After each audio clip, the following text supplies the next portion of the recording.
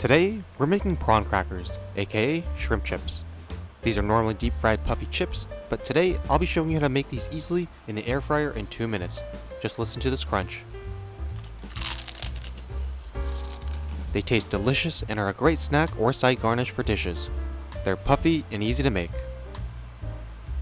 So, let's get cooking. In a bowl, toss a handful of uncooked prawn crackers in the oil to fully coat.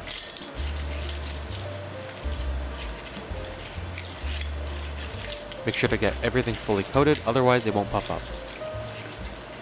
Then in an air fryer set to 400 degrees Fahrenheit, fry the crackers for 2 minutes. This may vary a little and is super time sensitive, so you may have to try it different times to figure out what works best for your air fryer. Definitely try not to burn these or overcook them, as the flavor goes away if you overcook them. Remove the chips from the air fryer and repeat.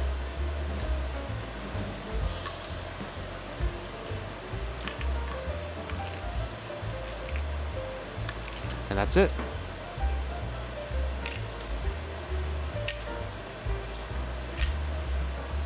Feel free to add some seasoning as well, like garlic or onion powder, but I personally like to enjoy these plain.